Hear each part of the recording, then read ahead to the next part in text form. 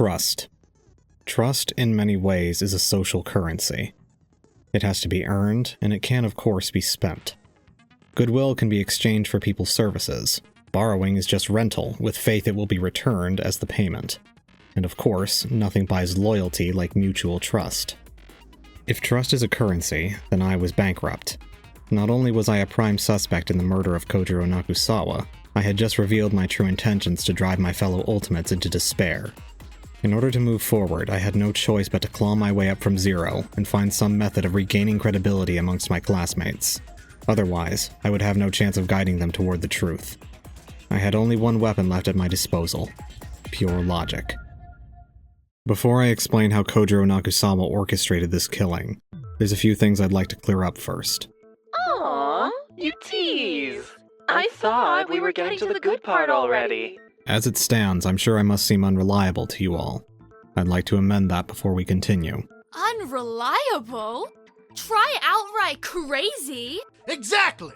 You've done nothing but lie to us this entire trial, and you expect us to just blindly follow your lead? All I want to do is lay out the facts. You can come to your own conclusions. We did that already! We concluded that you're deranged! Hold on. Let's hear him out. Even if he's eccentric, he has provided us with solid evidence before. I agree. If we can use Masayuki to our benefit, I see fit that we do so. First of all, I have two pieces of evidence I'd like to refute. Foremost, my name on the crime scene. I thought you explained that already. He cut a vein in his wrist, didn't he? That's how he got enough blood on his hands. While I did explain that it was physically possible, there's another factor that means it couldn't have been written the way it was. Oh, shoot! Did we really miss that? It's so obvious. I admit, I feel rather stupid now. You did a very good job misdirecting us, Masayuki. What? What is it? I think I know. The dying message is the wrong way up, right? That's correct. Wait, what do you mean? If it was the wrong way up, surely it'd be upside down? In this case, it's the opposite. Upside down is the right way up. Just like in Australia. That's not... I'll forget it. It's pretty simple when you think about it. In the position Kojiro was in, he'd have to write with his hand behind his back. If he was doing that, he'd naturally write upside down. Exactly. Then it was put there later as part of a cover-up. That makes sense. But you still don't have an alibi, Masayuki. I trust that's next on your agenda? My alibi fell apart when I proved the shovel was a possible murder weapon. However, that was just a misdirection. What? You were lying about that, too? I didn't exactly lie. I simply posited a theory that happens to have one gaping flaw. Oh, quit it with the cryptic shit. I'm getting bored of all this audience participation crap. Personally, I'm having quite a good time with Masayuki's dramatics. It's much more fun to figure it out for myself. I'd like to gently remind everyone that someone's been murdered here. Oh, so that's it, is it? The blood? Precisely. What I propose is that the murderer set up the crime scene after attacking Kojiro, correct? If that's the case, why would there be so much blood on the roses? If they were moved there after the killing took place, the majority of the blood should be on the grass instead. That's right. For that amount of blood to have been on the roses, the body would have had to have been hung up immediately after his injuries. If he were left on the ground, he'd have bled out there instead. Exactly. For this reason, whether the shovel is a viable weapon or not becomes irrelevant. The crime scene must have been prepared in advance, meaning the killer could have cut off the branch ready for when they attacked Kojiro. So your alibi was always solid? Correct. Then why the hell did you disprove it in the first place? We've been over this, haven't we? I wanted to incriminate myself. Yeah, but... Never mind. Carry on. No, actually. You're right to question it. I did have a second objective. Destroying my own alibi was of course central to making myself a suspect. However, as Kokoro pointed out, I wasn't planning to let this trial end with our execution. I was right! You hadn't escaped it this entire time! Correct. It's not in my interest for anyone here to die if they don't have to. My goal, as stated, is for you all to accept despair. Right. Your alibi, and the alibi of everyone in the kitchen is back on track, right? The window of time between the greenhouse being broken into and you being in the kitchen is too small. Yes, I think that's been established quite clearly. That's not all, though, is it? With that explanation of the crime scene, you've proven that the killing had to be premeditated. That's right. That was my third objective. 3? How many steps ahead are you? As of now, none. Now that we've established the crime was premeditated, we're all on the same page. Premeditated? Are we really back on that shit? We've been over this. The greenhouse was locked. The only way you can get in is to break in. Yes, and if I recall correctly, the shatter was at 12:08, so the killer must have entered the greenhouse then. But if you go by the blood splatters, they had to have moved the roses earlier. Yeah, and doesn't it make sense? We keep coming back to the idea of this murder being premeditated. It's the only logical conclusion. No, we keep getting led back to that idea by Masayuki. How are we supposed to trust anything he says? Do you have a better explanation as to how the blood got there? Well, no, but... None of this matters anyway! The greenhouse was locked! I saw it myself! End of story! The greenhouse couldn't have been locked. That was a lie perpetuated by Kojiro. A lie? I'm not following. Sonny opened that door. Sonny absolutely did open the greenhouse door, but I'm certain that he didn't actually unlock it. If he did, he'd be dead alongside Kojiro. What? Is that a threat? You remember rule number 8, don't you? We're forbidden from breaking into off-limits areas, right? Correct. The entire deck is technically still off-limits. Marcus just managed to unlock it before that rule was instated. That's right. Even if the rule says we can't break into locked areas, we're allowed to enter them if they're already open. Classic loophole. If we put this information together, everything becomes clear. If Sonny had actually unlocked the greenhouse, he would have breached rule number 8 and been executed. Therefore, it was never locked. What? But it had my wee face on it! Oh, that makes sense. That doesn't help us any. That just makes things more complicated. It does mean what he said holds up to scrutiny, though. We have no choice but to accept this as fact going forward. I agree. Even if we have concerns, it's no use going around in circles about this any longer.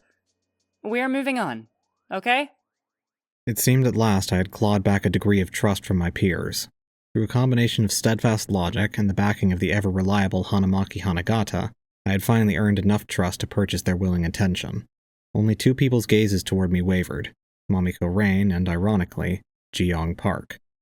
Finally, we're over the premeditated stuff. Can we get to the good part already, Masayuki? Yes, you've still not explained your theory on Kojiro. Right. Although we got a little sidetracked, we can now return to the core of this case. Kojiro Nakusawa's initial murder plan. Hold on. I just want you to make one thing clear. How are you so sure it's Kojiro? If you're gonna drag his name through the mud, you should have some evidence. Naturally. Now that it's clear it was premeditated, I can easily provide some. We know the greenhouse was already scouted to be the site of a murder, judging by the preparations made. We also know that Kojiro had Momiko write a letter, luring Kokoro's attacker there. With this in mind, his intent was clearly to lure out a potential victim. Yeah, that's what I was thinking. It seemed pretty obvious. Why did you bother asking? Isn't that obvious too, Ultimate Detective? I wanted to make sure you weren't hiding anything extra. I already told you, it's no longer in my interest to— That's just the thing! It's all about your interests! How can we guarantee you're ever telling us the truth? I've been very forthcoming with what my objectives are. That doesn't help! All that hope and despair stuff is incomprehensible! Ji-yeong, I don't think this is the time. Despite his outburst, I could tell ji-yeong had no intent to give up on me. It seemed he was less angry at me than simply frustrated that he couldn't comprehend my philosophy the way Kokoro had, like a child growing aggravated with a puzzle they didn't have all the pieces for. Yeah, you're right. You also saw Kojiro at the greenhouse during the pool party, right? That's correct. It was there that he informed me that the greenhouse was locked. He told me that too. I asked him what he found when he joined us at the pool. As expected, he was seeding that lie as part of his plan. Right, so clearly he did it. All that's left is the how and the why. The how is pretty clear. All he had to do was grab his tools and head to the crime scene. From there, he could do just about whatever he wanted. That's tragically simple, Jim. There's far more to it than that. He must have had a goal. Sure, but does that really matter? The plan didn't work anyway. There's no use mulling over a dead man's thoughts. No, it's extremely worthwhile. Once we understand Kojiro's original plan, we can explain the many contradictory elements of the crime scene. So get on with it! Come on! We've been waiting the entire episode for this! Hey, cryptic fourth wall breaking is my thing. Quit it! I said quit it! What the hell are you two yapping about? I think it's best if we just leave them to it. It's my belief that Kojiro's intent was to create a locked room mystery. Ooh, great choice! I love those! Now you're saying it was locked! I'm confused! A locked room mystery is a seemingly impossible crime. A victim is found dead in a location with no possible way in or out. I believe that was why Kojiro selected the greenhouse. If he perpetuated a lie about it being locked, and then had Sonny open it in the morning, we'd all be none the wiser. If that happened, solving the case would be basically hopeless, right? It would have been, but not if it was a locked room mystery alone. We'd likely have been able to intuit the greenhouse being locked as a lie eventually. The rest of the crime scene had to be beyond scrutiny, too. Well, he did a pretty shitty job with that, didn't he? No. If we work backwards and figure out what he actually set up, I think he did quite an impressive job. Ah, so that's why he was aiming for a fake suicide. It'd be much harder for any of us to be identified as the killer if it appeared the victim had hung themselves. His plan was to strangle them. Not a very effective way to kill someone with his scrawny arms. No, the rope was purely there for the cover-up. To infer his intended means of murder, we just have to identify the murder weapon. The shovel! The branch! I've been following so far, but that's still a sticking point for me. Why the two murder weapons? Because there were never two murder weapons. Only one of those items was meant to be used. It becomes clear when you look at how he hid them. The shovel was found together with a saw, both tools used for altering the crime scene. I suspect this was their only purpose, otherwise he'd have hidden them separately to prevent any further chance of them being discovered. On the other hand, there's the branch. Do you recall how we found that? Buried! Disguised, rather poorly, as a root! Exactly. It was buried amidst the roses that Kojiro had moved. It was disguised more thoroughly, the entire crime scene altered to facilitate its hiding in plain sight. That's the kind of effort you put into hiding a murder weapon. Aha! Very clever! He must have planned to attack them with the branch and break their neck. Once their neck was broken, he could then hang them and make it look like it happened that way. And ironically, that's what would end up happening to him. With this established, we can break down exactly what Kojiro intended and what contradictions appeared when the real killer turned the tables on him. In that case, the things that stand out as strange are the blood, the head wound, the broken glass, and the fabric scraps. Then that's the evidence we should be looking closest at. No, there's one thing you've left out that I think is far more essential in discovering our culprit. The letter. If we investigate that, we can find out who Kojiro's intended victim was, and therefore, who killed him in return. Hold on! Mamiko Rain had been uncharacteristically quiet throughout our breakdown of Kojiro's crime. I had kept my eye on her, and while she didn't say a word, she listened intently, eyes wide and mouth agape. She was frozen in time, but at the mention of the letter, it seemed she finally caught up, realization hitting her all at once. Kojiro wasn't a heartless killer! There's no way he'd do all that! Oh god, get over it already. You knew him for a day. Exactly! It was one fucking day! Why would you ever try and kill someone that quickly? What kind of sick-in-the-head freak would do that? You're really telling me you think Kojiro was that evil? Him? Mamiko's throat was growing hoarse from all the shouting she'd been doing. I could tell she was nearing her limit mentally. She didn't even have an argument anymore. She just denied the facts in front of her. She was the only one among us who was unable to accept that our situation could turn any one of us into a killer. She trusted too easily. She didn't want to believe we were susceptible to the corruption at the heart of this killing game. She couldn't. Believing it meant it was real, and that she too could fall in this killing game, as either a killer or a victim. Once more, her hope had come back to bite her. I mean, think about the guy!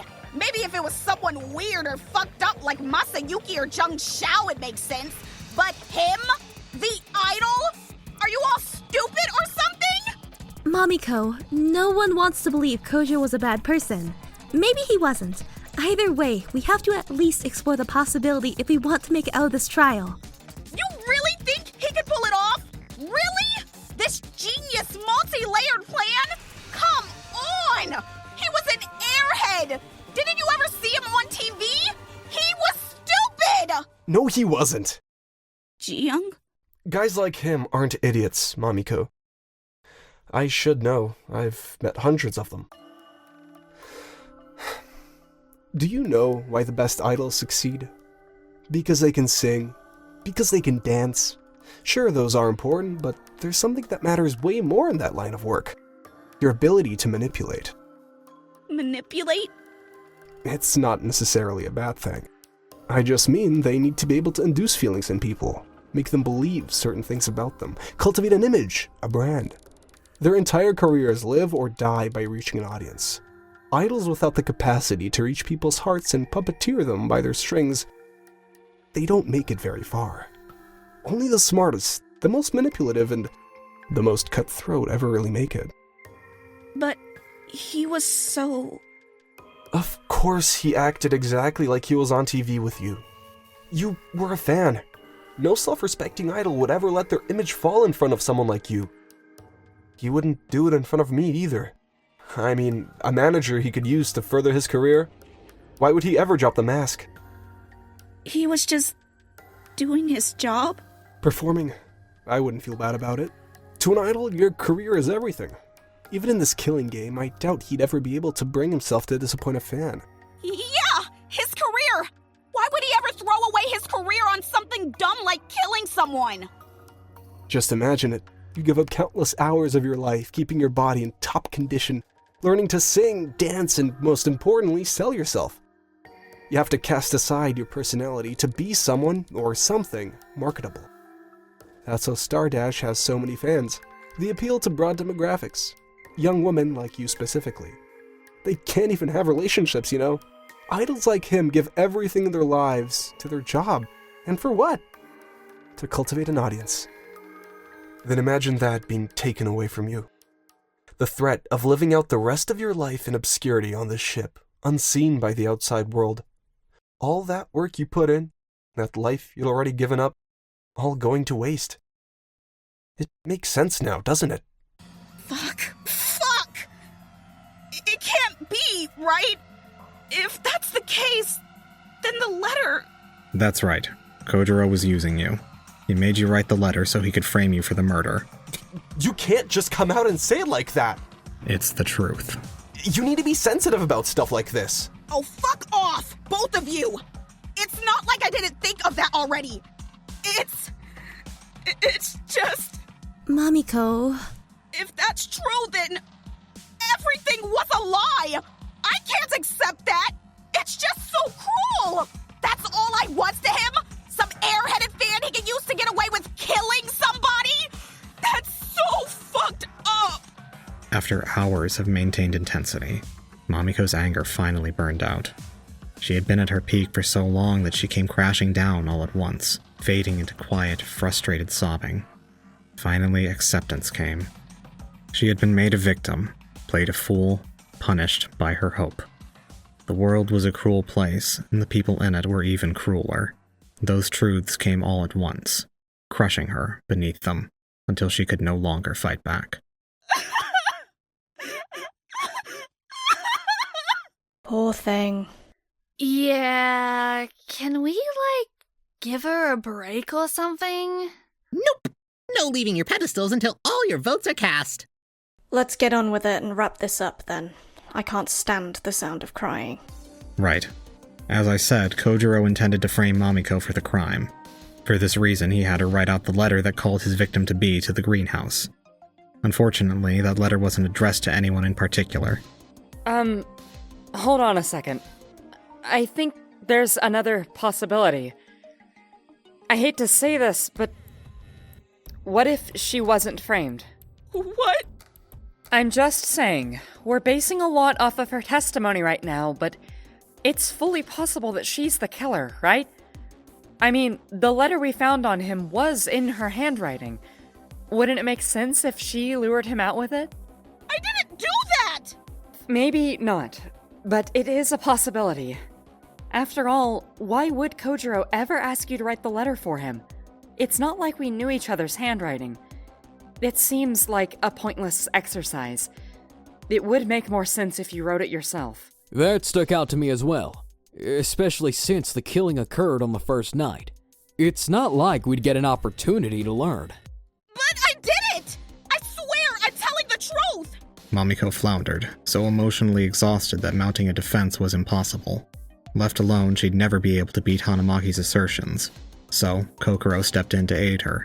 Hold on, we know she didn't do it. Mamiko has an alibi, remember? I was with her all night. That alibi only worked because we assumed the time of death was midnight. Now that we know the murder was premeditated, isn't it possible Kojiro was killed earlier? Say, when he and Mamiko were supposedly having their meeting. Yeah, but... And we've all been thinking it, right? Isn't Mamiko's attachment to Kojiro a little extreme for one day of friendship? Even the biggest idol fans don't tend to get this intense. I did think it was unusual. However, if we consider that it is an exaggeration of her existing attachment to Kojiro, perhaps combined with the guilt of having killed him, it isn't unreasonable to conclude she's overreacting to make us look past the possibility of her being the killer. Again, I hate to say it, but doesn't that make sense? It's hard to accuse someone when they're in such a sad state. Of course she's upset. Someone died. You think the rest of us aren't upset? Scared? Angry? Of course we are, but Mamiko's the outlier here. That's not fair! It's not my fault you guys are a bunch of freaks who can handle crap like this! Wow, insulting all of us. What a great defense! It's true, though! I'm the normal one here! Mamiko, maybe hold off for a second. Let me think of something for you. Yes, I'd suggest the same, Miss Rain. The lady doth protest too much and all. Screw that! You're accusing me of murder! Of course I'm gonna protest that! Mamiko glanced around desperately, attempting to find sympathy in the eyes of her colder-hearted classmates. They struggled to provide any. The chaotic nature of this killing game made trusting her an unappealing prospect, especially when she offered no evidence or arguments to convince them. Her desperation grew, blue eyes darting every which way, before finally settling on me. I disagree. If anything, Mamiko's extreme emotional reaction should make her less suspicious. She's evidently the kind of person who can't suppress her true feelings, someone too kind to accept our horrible circumstances. Masayuki? It's the exact kind of hopeful naivete this killing game is designed to exploit. Don't you see now why I told you to accept despair? Oh, can you quit it with the despair already? I thought you were actually doing something decent for a second. Regardless, there's a glaring issue with Hanamaki's hypothesis. This was never even a line of questioning we needed to pursue. Oh, there is? Frankly, I'm surprised someone with your intelligence didn't account for it. Really? What is it? The shatter. If Mamiko murdered Kojiro before midnight, why would the glass ever get shattered at midnight? Oh, right. Yeah. I'm so sorry. This trial's been going on so long. It's so complicated that I actually managed to slip by me. But isn't it possible the shatter was simply something else? Ooh, what if Kojiro survived the hanging and tried to break out? That wouldn't make sense.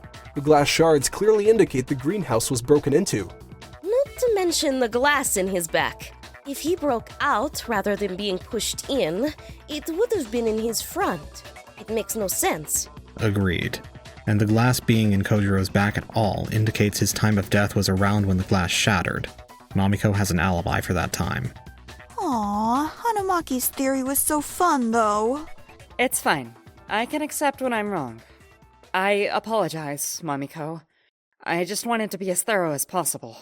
Sure. Well, that was a waste of time. So, where were we? Kojiro was trying to frame me. Before I knew it, Mamiko's tears had dried. There was still a weariness to her, but also a resolve. She stood up straight, now looking toward me. It seemed she was ready to face the truth. That's the kind of person he was, wasn't it? It seems so.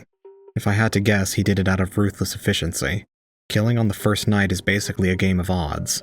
16 people, none of whom know one another very well, your chances of getting away with it skyrocket.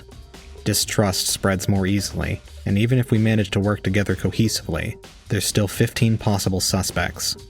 It was a cruel, calculated move. It seems that's who he was under that idol persona. Right.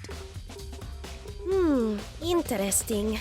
If we note that alongside our current psychological profile, things come together a little more. Now that we know Kojiro attempted a murder on the first night, I think we can infer that whoever killed him is a similar sort of person. Someone also capable of being coldly logical and just as cutthroat. Still somewhat opportunistic and logical. Didn't you say their end goal was chaos, though? They aren't mutually exclusive. They took the chance Kojiro's letter gave them to kill, boldly and logically, with the hope that a murder on the first night would plunge us all into chaos. That's the kind of person we're dealing with. Does that narrow it down at all? I don't want to think anyone here is capable of that sort of malevolence. There is one person I think our profile aligns with perfectly. Wouldn't you agree, Masayuki? Yes, I think that person is the missing link in this case. Quit being so cryptic already! I'm sick and tired of these vague illusions. If you know something, say it! It's not really that simple. The missing piece in this case is actually a whole other mystery in and of itself. The person who attacked Kokoro. Exactly. An opportunist who would attempt to kill as early as possible to achieve their goals. This describes both our killer and the person who attacked Kokoro. Sure, but that psychological profile is just a bunch of pretty words. It's not proof of anything. True, but there is evidence. Don't you remember the letter Mamiko wrote? Yeah, what about it? It said, "Meet me in the greenhouse at midnight. I know what you did." It's just like you told Mamiko. It was meant for the person who attacked me. Yeah, but can we believe that? The guy just needed a pretense to jump someone. He could have just told Mamiko that and given the letter to anyone. No, that's wrong. Think about it for a second. If you received that letter from a stranger, what would you do? Obviously I wouldn't go to the freaking greenhouse. Exactly. The only person who'd actually follow through with the letter's demands is someone Kojiro would have real leverage over. The person who actually attacked Kokoro. Anybody could simply dismiss it, but the actual attacker would feel threatened.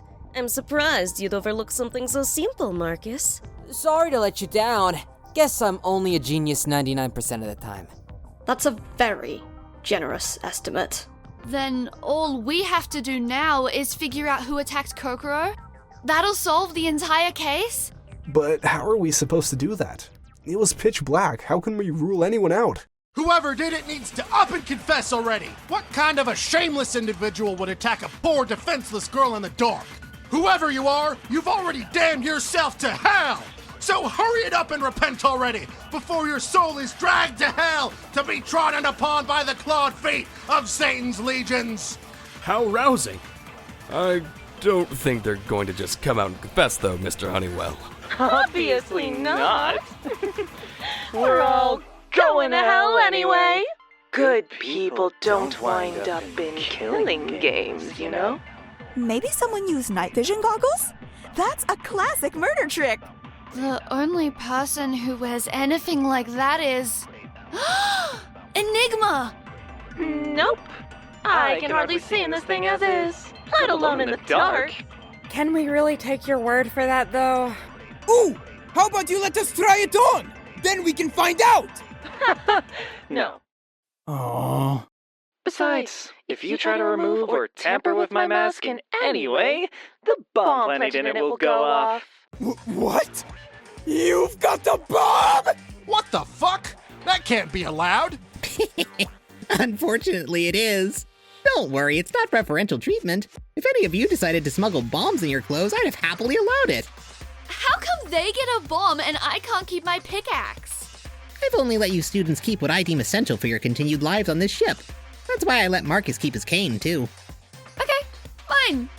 Then why take away my pickaxe and leave my helmet? That doesn't seem very consistent.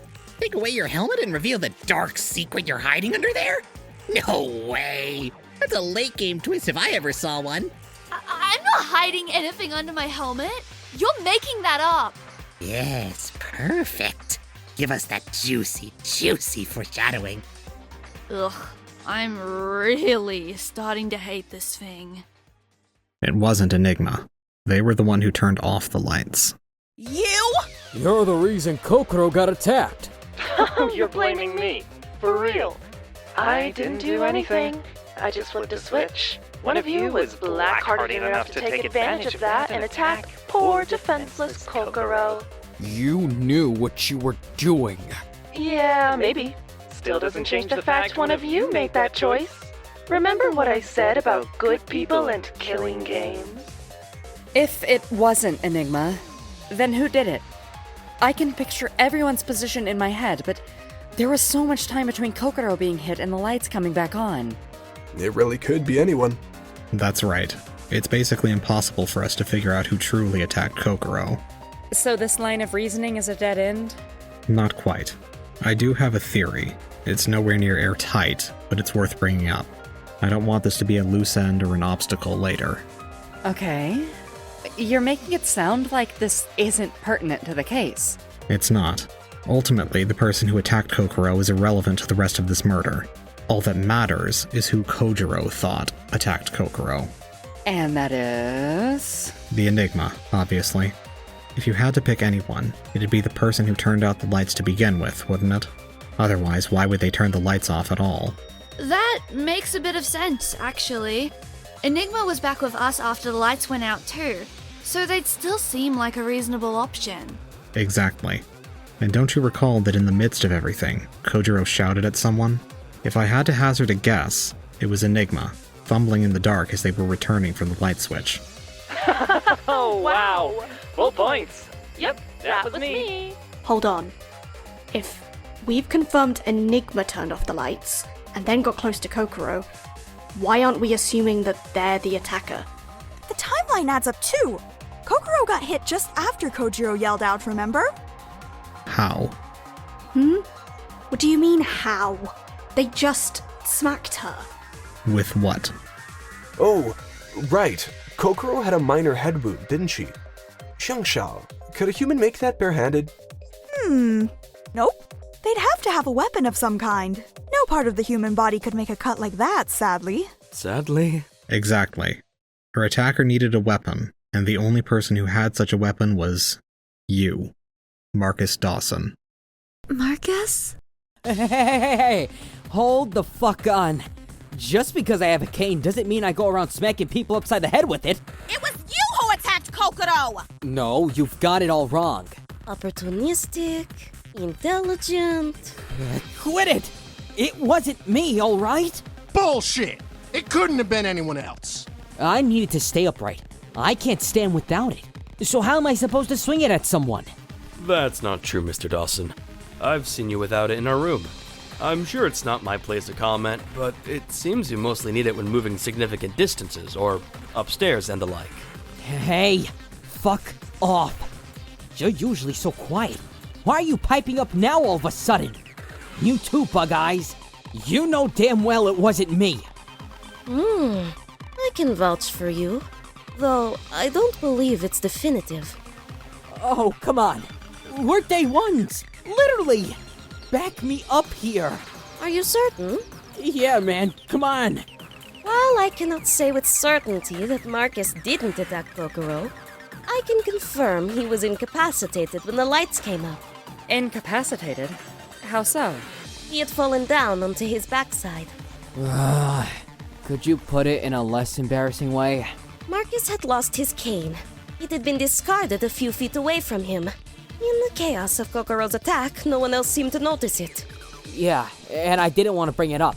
I've got an image to protect. How lame is it to have your cane snatched and fall flat on your ass? Extremely. That was rhetorical, jackass. Oh, but there you have it. My cane was probably the weapon, but I sure as hell didn't use it. And you expect us to believe that? Some mysterious attacker just snatched your cane away? Yeah, I do. What? You got any better ideas? Yelena saw me on the ground. I saw Marcus too, if that helps. You know damn well it doesn't. I saw you on the ground and your cane out of your hands after the lights came up. I can't prove anything beyond that. You easily could have fallen in a failed escape attempt after striking Kokoro. Well, I guess we'll never know, huh? That ain't a defense. Bullshit! You expect to just get away with that? Kinda. Yeah, I gave you a witness and everything. It wasn't me. Bullshit! You're clearly— It's fine, Mamiko. Really. Kokoro finally speaking drew everyone's attention. They wondered what she'd have to say now that we'd most likely ascertained her attacker. It was anyone's guess how she'd react. Though, I already knew. It's totally forgiven. Attacking me was just a moment of madness, I'm sure. We were all scared, all desperate. Nothing even felt real in that moment. I can't blame someone for taking such an opportunity. I know it wasn't personal. Sure enough, I was correct. I cursed the fact that I was. I'm not just speaking to Marcus here. To be honest, I believe him. I just want everyone to be on the same page here. It's forgiven. No one should hold any grudges or distrust anyone over what happened to me. It's over, okay? You're just gonna let it go that easy? Are you sure? Yeah, Kokoro. I promise you. We can catch whoever did this.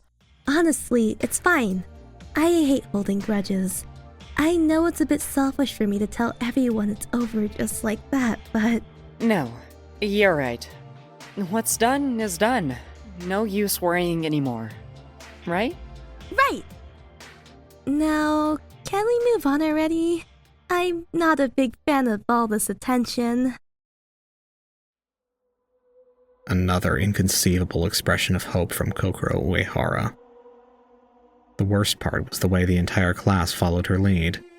They trusted her, the innocent victim, so they had no problem placing their hearts in her hands and letting go just as she did. It was terrifying how she could induce a change in people so easily. Every time I thought I could feel her light begin to ebb, it would renew, twice as bright. It seemed there was no end to the frustration she would cause me. Well, with that in order, I just need to confirm one more thing. Then I think I can put our other case to rest too.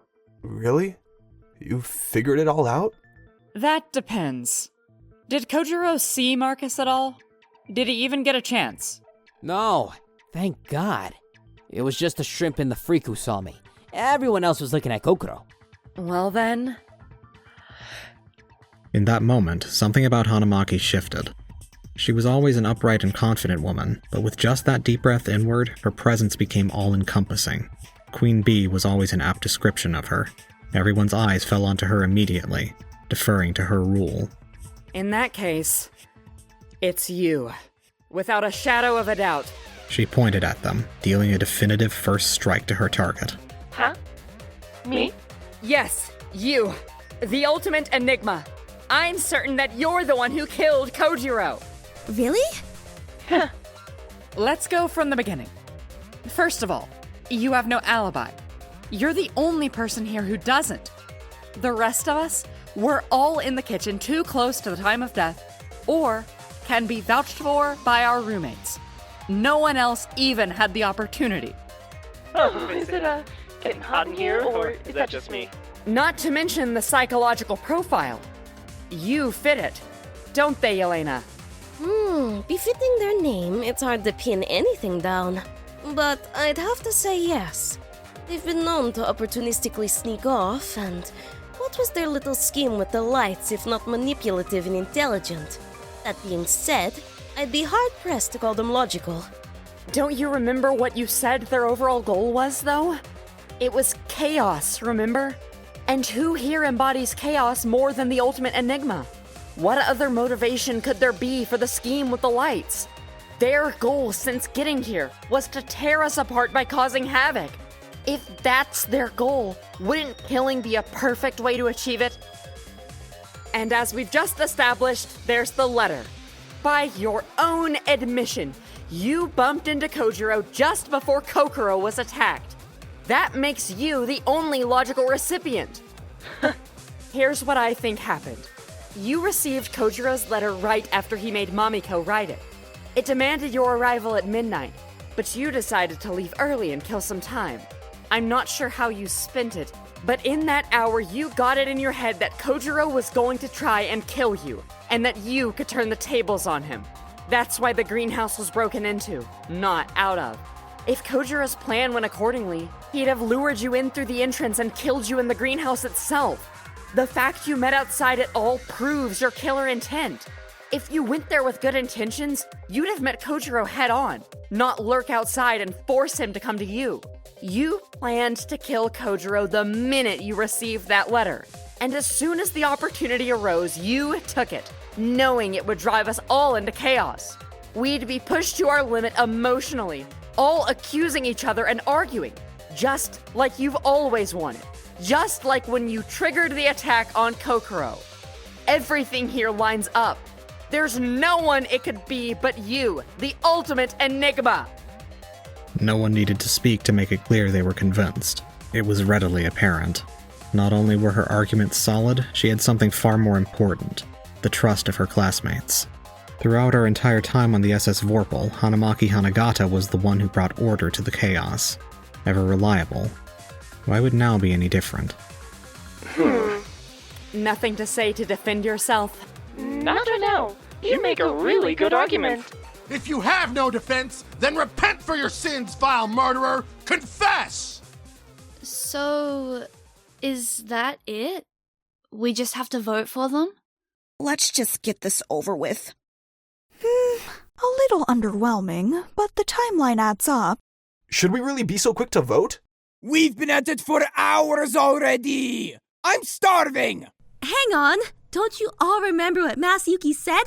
We'd be condemning them to death! They had no problem doing that to you, Kokoro. Yeah, but... Kokoro, please. It's our first time voting.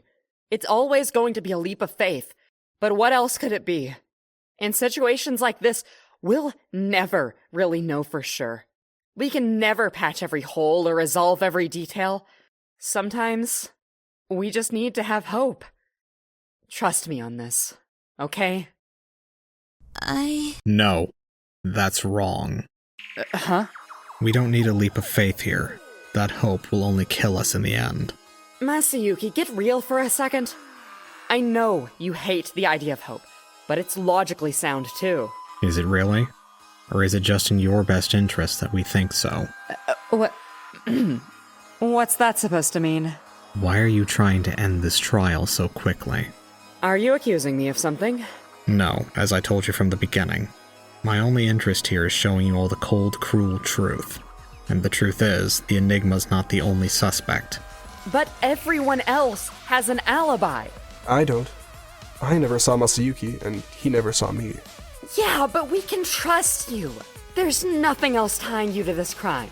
Is trust really enough? Masayuki's a lot of things, but he's not wrong. We have to see this thing through to the end, no matter how dark it gets. And what good does that do anyone? Respectfully, I think Masayuki's just trying to push his agenda some more. It's not an agenda, it's a fact of life. A universal truth that'll become apparent as we unveil the remaining facts about this murder. Fine then. If we've overlooked something, then please do elaborate. Let's figure it out together. Kojiro sent the letter anonymously. That means he didn't have any direct contact with his target. Therefore, he most likely just sent it to their room. Yeah, so... is this worth delaying the vote for? If that's the case, there are 2 people who could have possibly received the letter. What? You don't mean... I do. There's the possibility the letter was intercepted by the recipient's roommate.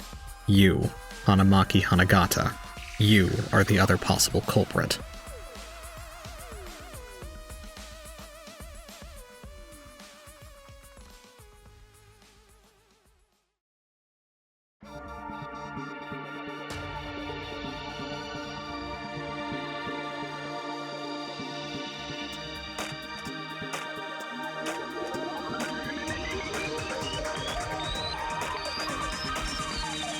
Danganronpa